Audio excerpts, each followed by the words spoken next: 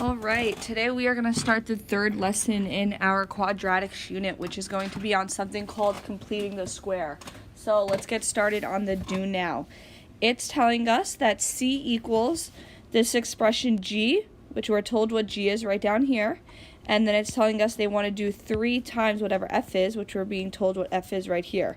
And they want us to know what does C represent. So let's write this out. So C equals whatever G is, and G is 3x squared plus 4. And then it's telling me minus 3, and then it says F, and I'm going to put F inside parentheses, 2x squared plus 6x minus 5. And let's take care of parentheses first. So please do that distributing first. Remember, that's a negative 3. Negative 3 times 2x squared is negative 6x squared. Negative 3 times 6x is negative 18x. And negative 3 times negative 5 is positive 15. And now what is our next step? Our next step is to combine like terms. 3x minus 6x squared is negative 3x squared. So I'm done with those. Then I only have the negative 18x. I don't have any other x term. And then 4 plus 15 is 19. And that is what C is equal to. Nice job. That was just a little review of stuff from the past. We did some distributive properties, some combining like terms. Now today we are going to learn how to use this method called completing the square in order to find the vertex form of a quadratic. Alright, let's just remember how to factor the following trinomials. So remember here we would try to first find a GCF, but there's not any useful GCF here because the number in front of x squared is 1, which means the biggest number we could divide out of all 3 terms could possibly be 1, which 1 does work, but it's not going to make anything smaller. So now I'm going to find what adds to negative 6 and what multiplies to 9. So think to yourself right now, what 2 numbers can add to negative 6 and what 2 numbers can multiply to 9? Alright, and those numbers would be negative 3 and negative 3. Remember, 2 negatives multiplied together give you a positive, and when we add those 2 negatives, we do get negative 6. Another way we could write this is we could write x minus 3 squared, because those are 2x minus 3's. So realize, what did we do to get this? We just did negative 6 divided by 2, and that gave us negative 3. So we can do, let's look at this next one. We're finding what adds to 2, what multiplies to 1. And that's just 1 and 1. X plus 1, x plus 1. So we would have x plus 1 squared. And how did we get that again? We take this 2, we divide it by 2, and that's how we got the 1. These are something that we call perfect square trinomials. If you see this 9 and this 1 is perfect squares, 9 is a perfect square of 3, and 3 times 3 gives you 6. 1 is a perfect square of 1, and 1 times 1 gives you 2. Those are called perfect square trinomials. You end up with an answer that has 2 of the same things, x minus 3 twice, which is why we were able to square it. So remember, today, our goal for today is going to be finding a vertex form of a quadratic. What does that mean? That means that today we are going to be writing our equation in this form, where we're going to have x minus some number squared, and then possibly we could have a number on the outside, which we probably will. And this is more unlikely that we're going to have a number in front of the parentheses. And the benefit of putting a number inside, putting an equation in vertex form, so if we have this, if we have y equals ax squared plus bx plus c, the benefit of putting that in vertex form is we are easily able to tell what the vertex is. How do we tell what the vertex is?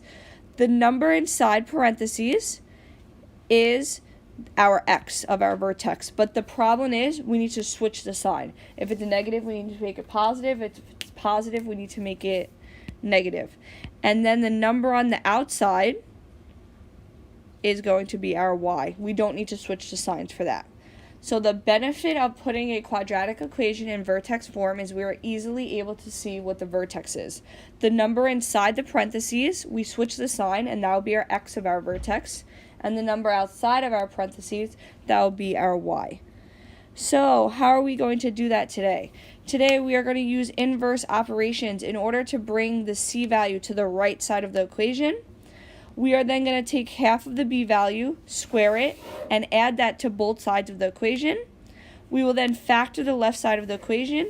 Our shortcut for this is we will be taking the b value and dividing it by 2, and then we will rewrite this in vertex form.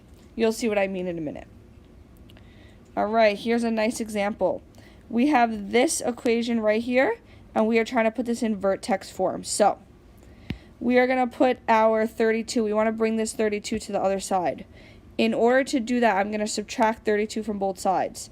So now I have y minus 32, everything else on the other side stays the same, x squared plus 12x. So now, your most important value to know is your b value. Your b value is the number in front of x. So I have that b equals 12. Now, to each side of the equation, I'm going to want to add something. How you decide what you're adding is you take whatever b is, so b is 12, and you divide it by 2. That gives you 6. Then you do 6 squared, which gives you 36, so 36 is the number you add to both sides. Okay, so now negative 32 plus 36 is 4. And then on this side, you'll end up with this trinomial. And now you want to factor this trinomial, so you're going to find what adds to 12 and what multiplies to 36. And that would be 6 and 6. A shortcut to find that is you just take whatever the b term is and you divide it by 2. 12 divided by 2 is 6. And then, because these are the same thing, you can do x plus 6 squared. And now you want to bring this 4 to the other side. So to bring it over, you would subtract 4 from both sides, and you would end up with this equation right here. This is the vertex form of the equation. Now, in order to write your vertex, you take the number inside the parentheses and you switch it. So it's a positive 6, I made it a negative 6. And then the number on the outside is my y value, so it would be negative 4. Alrighty, let's do our first example together. So you're going to start by taking the constant, which is the number without x, and bringing it to the other side. So I want to bring this negative 2 to the other side. So I'm going to add 2, and I'm going to add 2. Alright, that would give me y plus 2 equals x squared plus 6x. Okay, now, you're always going to have to add a number to both sides. The reason why it's always going to be adding a number, even if you have negatives, is because you're going to be squaring this number, and when squaring a number, it's always going to end up being positive. Alright, so how you find the number is, you are going to take the number that is connected to x, which is b, so this is our b value, b equals 6, and what you're going to do is you're going to do 6 divided by 2, and then you're going to square it. 6 divided by 2 is 3, and 3 squared equals 9. So that means we are going to be adding 9 to both sides. So we will end up with y plus 11 equals x squared plus 6x plus 9. Now you are going to factor that right side. In order to factor, a trick is you could just put parentheses and put a square on the outside. And that would be x plus. How you find the number that goes inside the parentheses is you take b is 6, and you divide it by 2. 6 divided by 2 is 3. And that makes sense, because if you ask yourself what adds to 6 and what multiplies to 9, it would be positive 3 and positive 3. And now you want to bring the 11 back to the other side because you only wanted to say y equals. So you're going to subtract 11, and you would end up with y equals, parentheses, x plus 3 squared minus 11. And now this is vertex form, so we could tell what the vertex is. In order to easily find what the vertex is, the number inside the parentheses is your x, but you have to switch the sign, so that's going to become negative 3. And the number on the outside, you don't have to switch anything, is just negative 11. That's your y value. And this is your vertex. Alright. Let's do some more practice with this. Let's try this one. So on this one, I don't have any constant that I don't need to bring over. I don't have any plus 5, plus 6, plus 7. I have no number without a y. So there's nothing I need to bring over. But I am going to have to add a number to both sides. So I'm going to put plus a box on both sides. Alright. How you find the number that you're going to be adding to both sides is you take whatever b is. Here b equals 8 because that's a number attached to x. You do 8 divided by 2, which is 4. And then you take that number and you square it. 4 squared is 16. 16 is the number that goes inside the boxes. Again, how do you find that number? You take b. b is the number attached to x. So 8, you do 8 divided by 2, which is 4. You do 4 squared, you get 16. So now we'll have y plus 16 equals. Now you have to factor this thing. The trick to factoring that is you are going to put parentheses and put a squared. Then we put x. And all you do is you do b divided by 2. 8 divided by 2 is 4. And this makes sense because you'd be trying to add to 8 and multiply to 16. And that would be 4 and 4. And now you want to bring the 16 back to the other side because you just want it to say y equals. So because of positive 16, I'm going to subtract 16. And I would get y equals parentheses x plus 4 squared minus 16. This is now called vertex form. And the benefit of this is we could write our vertex. So instead of positive 4, we would have negative 4. And then negative 16. All right, nice job.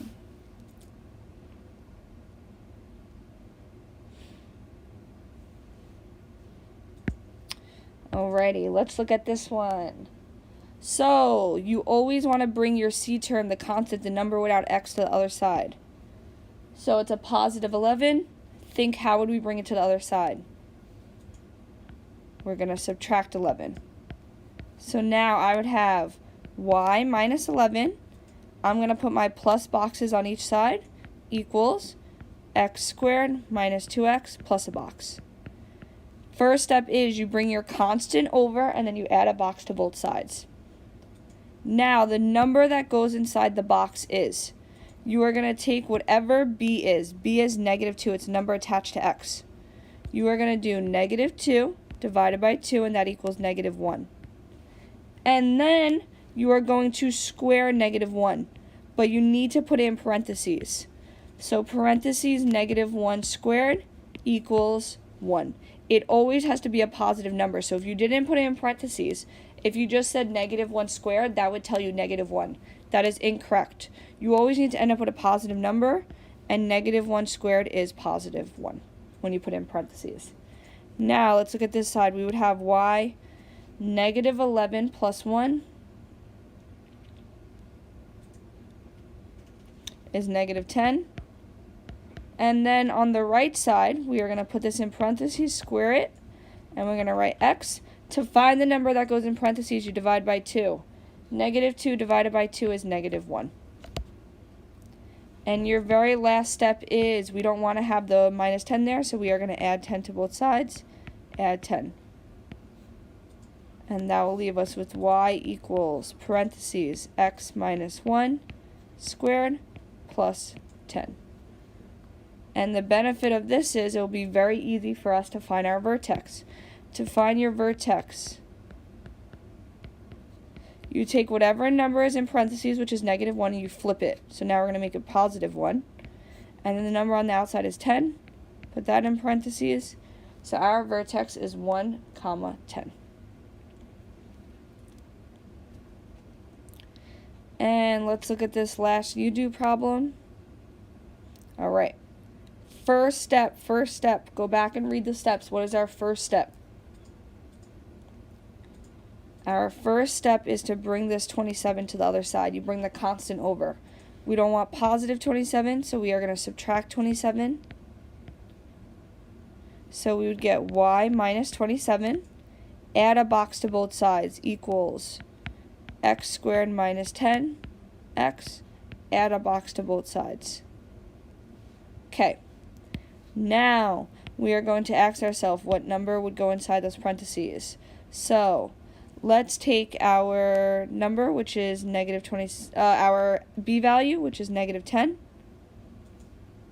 Let's do negative 10 divided by 2. That gives us negative 5. Now I'll put that number in parentheses. What is negative 5 squared? That is 25.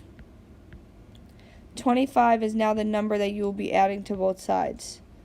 So you would get y minus 2 equals x squared minus 10x plus 25. And we could actually go right ahead and factor that. So the trick to factor this, because this is a perfect square trinomial, 25 is a perfect square, is you are going to put your parentheses and put the square on the outside. The variable we're working with is x. And now you're technically trying to find what adds to negative 10 and what multiplies to 25. The trick to that is just do negative 10 divided by 2, and that is negative 5. And now you don't want the negative 2 on that side, so you're going to add 2 to both sides. And you would get y equals parentheses x minus 5 squared plus 2. And now we could easily find what our vertex is. Take a minute, think to yourself, what would be the vertex? Take this negative 5 and switch the sign, so make it a positive 5, and the number on the outside is 2. So our vertex is 5, 2. Alrighty. And let's look at a quick summary. What is a vertex form of a quadratic equation? It's basically going to look like this. Y equals x. We could have a plus or a minus, some number, and it's going to be squared, plus some other number. That's the general form. And what are the steps for getting an equation in vertex form? First step is to move the c. Move the c to the other side. Then you want to add box to both sides.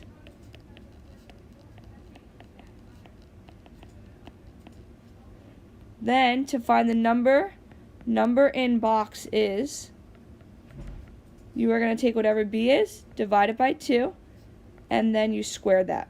And that will be the number inside the box. Then you factor the right side.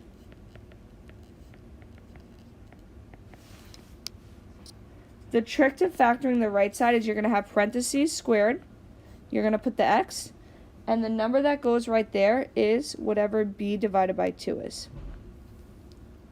And then move the c to the right side.